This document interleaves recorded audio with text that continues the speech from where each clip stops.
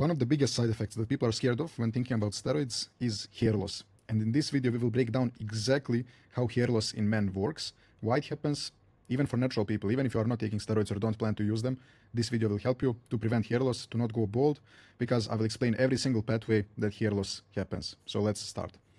The first pathway that will cause you to go bald is just genetics. So if you are very unlucky and your dad, your grandpa, everyone is bald, then there is a very high chance that you will also be bald just because of shitty genetics. So unfortunately, there is not much you can do about this, because if you are genetically very sensitive to DHT, very sensitive to oxidative stress, and some of these things that usually cause hair loss for everyone, but if you are really sensitive to these things like genetically, even if you take a lot of the things that will prevent some of these things like lowering the DHT, lowering the oxidative stress, there is still a chance you will go bald just because of shit genetics. So if you have really bad genetics, you can see that from your dad, from your grandpa, maybe you should just accept it and be fine with it, or go to Turkey. Because what's really interesting is that if you get a hair transplant in Turkey and they take off the follicles from the back of your head and put it on the front, you can't lose that hair, because those follicles on the back of your head are resistant to DHT and some of these things that will usually shed your hair on the top.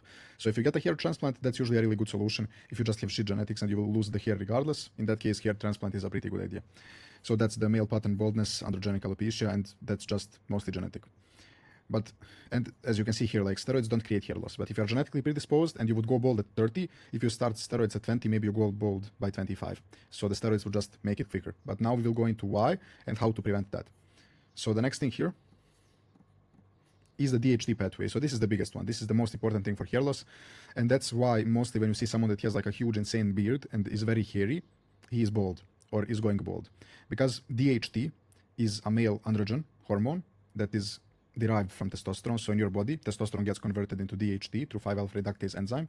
And DHT is very important during puberty, because DHT will grow your PP, it will grow your beard, your facial hair, some of your masculine features, it's gonna deepen your voice. So DHT is really important during puberty. But after puberty, DHT doesn't have that much function anymore in your body, because it's not gonna grow your PP further. But it's gonna make you go bald, because the hairs that are on top of your head are very sensitive to DHT. It will depend on your genetics how sensitive. For some people, not at all. Some people will never go bald. But for some people, their hairs are sensitive and they will lose all of this hair on the top of their head eventually from DHT. So how do we stop this when taking steroids, like when taking testosterone? We need to block the 5-alpha reductase enzyme that is converting testosterone into DHT. So I do this by taking finasteride. Finasteride lowers DHT by about 70%. And that is going to drastically lower the amount of hair loss that you are getting from DHT, because you just lower the DHT. So you can either use finasteride or dutasteride. I do it orally, so I just take the finasteride pill because I find that to be the easiest. But if you want, you could do a topical finasteride or topical dutasteride option to try to avoid the systemic DHT reduction while still reducing the DHT in the scalp. But personally, I think that's just too much hassle, because in general, DHT doesn't have that much function in your body after puberty, because you already grow your PP, you already got a beard or you didn't. You won't really have any other benefits from DHT later after puberty. So in my opinion, if you take testosterone, it should be mandatory to take at least finasteride. I don't take dutasteride because dutasteride crushes DHT too much. Dutasteride can lower DHT by about 95%, which is too much in my opinion, because lowering DHT that much could lower your motivation or libido. So I'm not a fan of that. I'm mostly a fan of finasteride because it will just control your DHT and keep it in the normal range, even if you're taking steroids. So even on my dose of testosterone, my DHT is probably about the same as when I was natural, which is fine and is not going to make me lose hair faster than when I was natural. So finasteride, in my opinion, should be mandatory if you are taking testosterone. But even if you are not taking testosterone, you could take it to prevent hair loss, but then your libido could be worse. Because what's interesting, even though I said DHT is not really important in men after puberty, DHT is still a strong androgen. So if you are natural and your testosterone is not that high, that DHT is still keeping you like masculine. It's still giving you some of the masculine like libido or motivation. So if you crush your DHT while your testosterone is not that high, you might get some of the side effects like lower libido or lower motivation. But this is not going to happen if you are taking testosterone, because if you have incredibly high testosterone like me from taking it, then DHT doesn't matter at all, because you already have so much androgens in your body.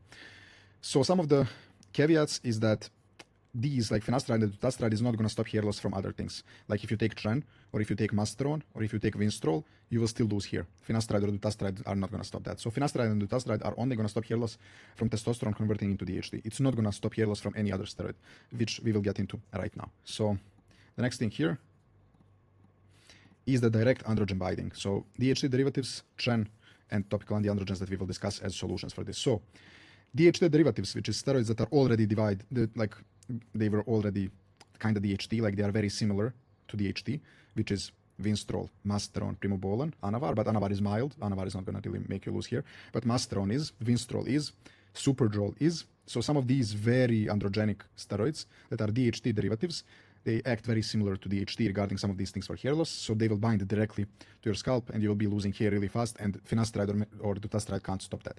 So what we need to do here, same for tren. Tren is still going to make you lose less hair than like masteron, or like if you don't take finasteride and you have high DHT on testosterone. But still, if we want to prevent the hair loss from tren or masteron or superdrol or some of these things like vinstrol, then we need to use topical anti-androgens. And the most famous one is the RU58841. This is the most famous topical anti-androgen. I'm yet to find where to buy this, but that one is amazing because you can put it topically and it's going to block the androgen receptors on your scalp. So those androgens in your body that you are taking can't bind and you can't lose hair from them. So that's basically the only solution for this, because the finasteride and dutasteride is not going to help against tren, masteron, stuff like that. So probably the best thing that you can do is to not take masteron, to not take vinstrol, to not take those things that like make you lose hair regardless. And if you take tren, just take a microdose like me, because if you take 50 to 100 milligrams or even less than that, you're realistically not going to lose much hair from that because it's a tiny dose. But if you took 500 milligrams of tren, then your hairline is going to get fucked. So either figure out the RU58841 to find a good source. Also the KX826, that one is also like pretty new and famous. I mean, it's probably not new, but recently it's been blowing up on Reels. I've been seeing it everywhere. So some of these things are also an option, but the RU58841 is the most famous one that everyone is using in this space of like trying to prevent all the side effects from taking steroids.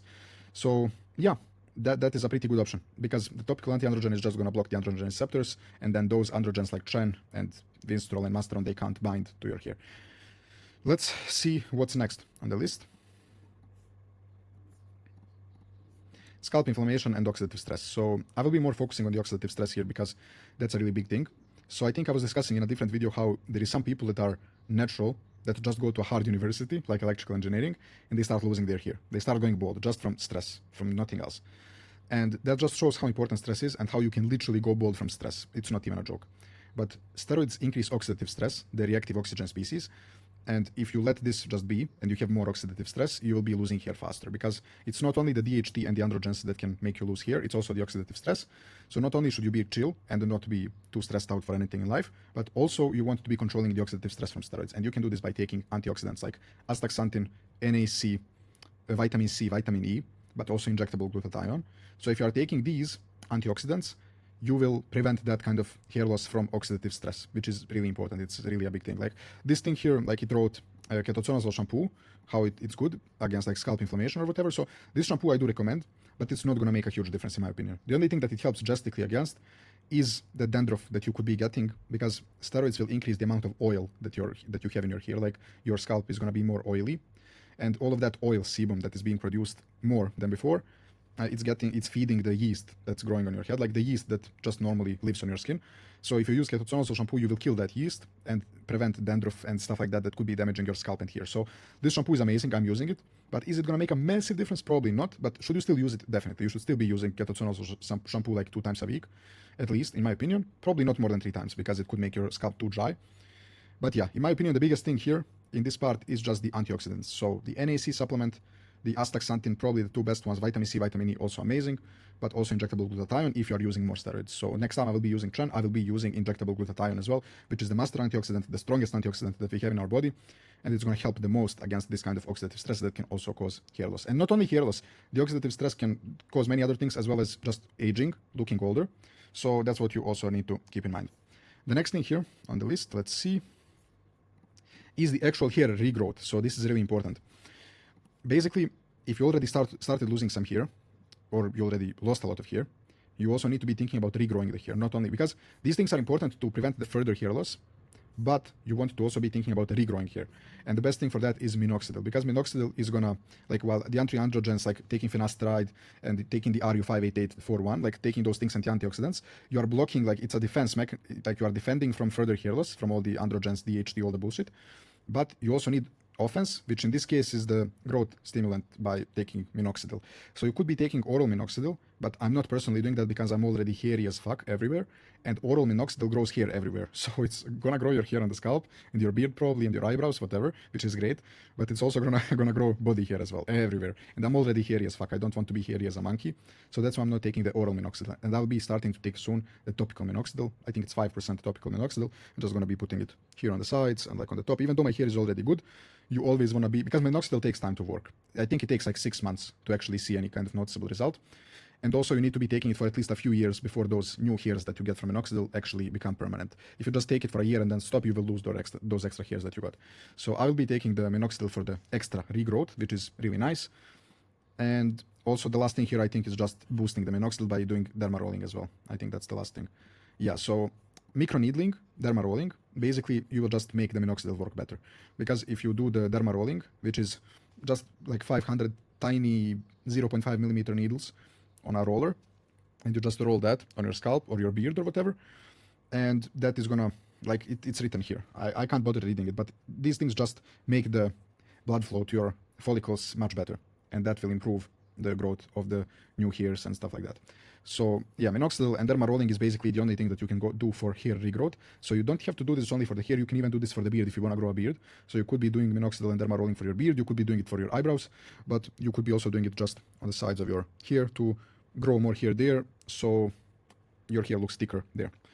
So yeah, these things are pretty important, but probably the most important thing in the entire list is just the finasteride and dutasteride, because let's say 90% of people who lose hair on steroids, mostly taking testosterone, or just people who are not taking anything, it's from the DHT for most people. So I think taking finasteride itself is doing probably 80% of the work in this entire list. Like, sure, you don't want to be taking masteron or winstrol without RU58841, because masteron and winstrol would shed your hair, because they are basically the same as DHT itself.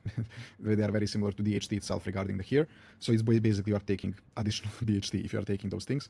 So in my opinion, I would just avoid those compounds. I would just avoid masteron, I would avoid winstrol, I would completely avoid them because you don't really need them. Just stick to testosterone, take finasteride, and you will be fine. You will not lose your hair. Or you can take a microdose of Tren or maybe Anavar. These things also should be perfectly fine, unless you have really sensitive hair, in which case you probably will be losing hair anyway, regardless of what you do.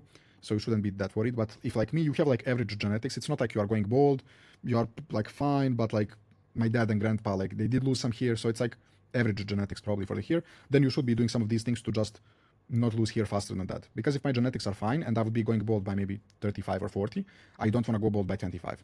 It's fine to go bald by 40, but not by in your 20s. So you should be doing some of these things if your genetics are fine. If your genetics are fucked, you can just shave your head. It's fine. But either way, like, finasteride is 80% of everything. RU58841 is good if you want to take Tren or whatever. And minoxidil is very important for regrowth. So if you already lost some hair on the sides, you can start regrowing it with minoxidil, or if you want to grow a beard. And the oxidative stress is really a big thing in general, because if you don't want to look suddenly older, if you don't want your skin to age, and if you want your hair to also not be falling off quicker, you should be looking out for the oxidative stress and be using antioxidants. But also generally for your health, it's very good to have antioxidants in your stack. So that's pretty much it for this video. If you think I forgot anything, you can just ask me in the comments. Or if you want me to make a full stack for you to prevent all the side effects and get all the benefits, you can message me on Instagram. See you guys in a next video.